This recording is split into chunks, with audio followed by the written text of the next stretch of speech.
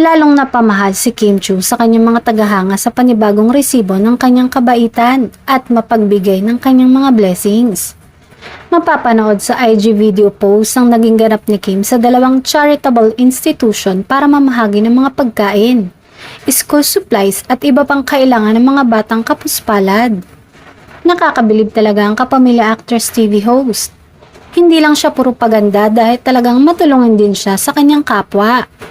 Unang makikita ang pagbisita ni Kim sa National Children's Hospital kung saan bit-bit nito ang napakaraming goods at pagkain para sa mga batang may karamdaman at pati para sa mga hospital nurses, staffs at mga doktor.